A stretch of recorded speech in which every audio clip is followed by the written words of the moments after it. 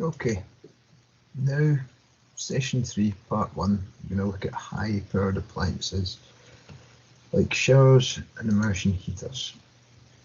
So at the end of this part of the session, I want you guys to all be able to work out the fuse or CPD size for a shower and give a rough description of the cables and circuit protection requirements if you're to install an immersion heater. So high powered appliances. Certain appliances, as I've mentioned previously, draw a lot of electricity. They would draw what we would describe as a high load, and as a result should have their own separate connection to the consumer unit. 3 examples would be an electric shower, an immersion heater, and a cooker, electric cooker, not gas cooker. All of these appliances, if they've got their own connection to the consumer unit, should have a fused double pole switch near the appliance. So look firstly at the shower. So you can see this in the picture here. This shower, it's got its own connection to the consumer unit, and in the middle it's got a pull cord double pole switch. This one's a pull cord double pole switch with a neon. You can see that wee orange box there that would light up when the power's on.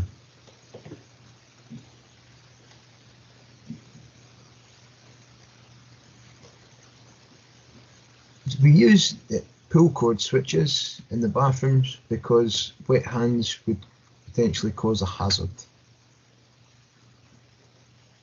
So therefore we shouldn't use a rocker switch. Generally speaking, we shouldn't use a rocker switch in the bathroom.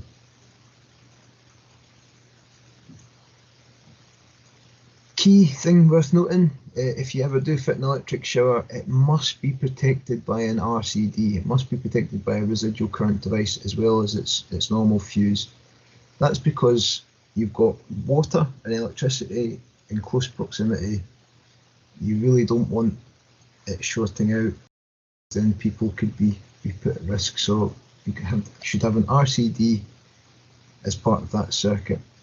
And you can, even if you've got an older fuse box, an older consumer unit, you would still have to fit an extra little bit of kit, like you can see it up here in the top left, with an RCD in it to protect that particular circuit.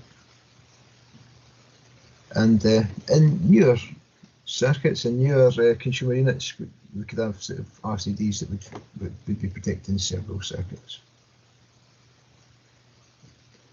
Right, quick bit about fuse sizes, okay? Long story short, the fuse size is very much dependent on, or the circuit protection device size is very much dependent on the load. Okay, we talked about the power law triangle previously in the last session. So we know if we had a 9 kilowatt shower, say for example 9,000 watts, we divide that by 230 volts, which is our normal voltage coming into a property, which would give us a current flow, or a maximum current flow of 39.1 amps. So then we round that up to the next size up.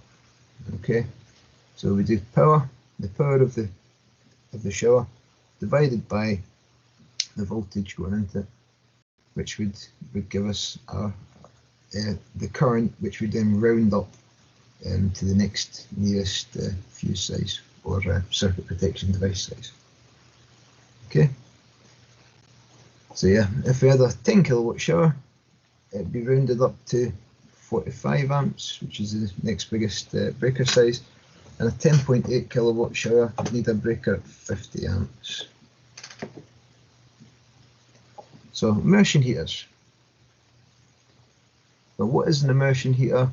Essentially, it's something that we use to heat up water in a hot water cylinder. Okay, so picture of one just here. This one here is one of the sides, so that would sort of go in the side of an immersion heater. You also get longer ones which can go in the top of an immersion heater. The top of a cylinder, sorry. Okay. But yeah, I mean, what the purpose is literally to heat up the water. There's a heating element in there, and then there's a metal sleeve as well in which you would place your thermostat. The thermostat would go into the metal sleeve, and detect the temperature of the water, and switch the immersion heater, the heating element, on or off depending on the temperature of the water. They obviously take quite a lot of energy to run. It takes a lot of energy to heat up water. So as a result, they need their own connection to the consumer unit.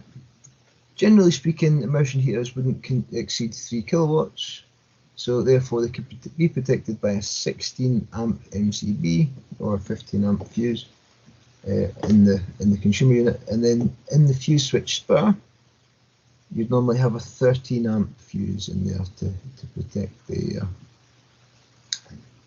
circuit. Okay, so here we've got a picture of a fuse switch spur there with a bit of heat-proof flex, which is going up to our immersion heater just here. And we're going to look at the size of the cables that we'd use. Okay, so from the consumer unit, the cables from the consumer unit would normally be 2.5mm twin and a half.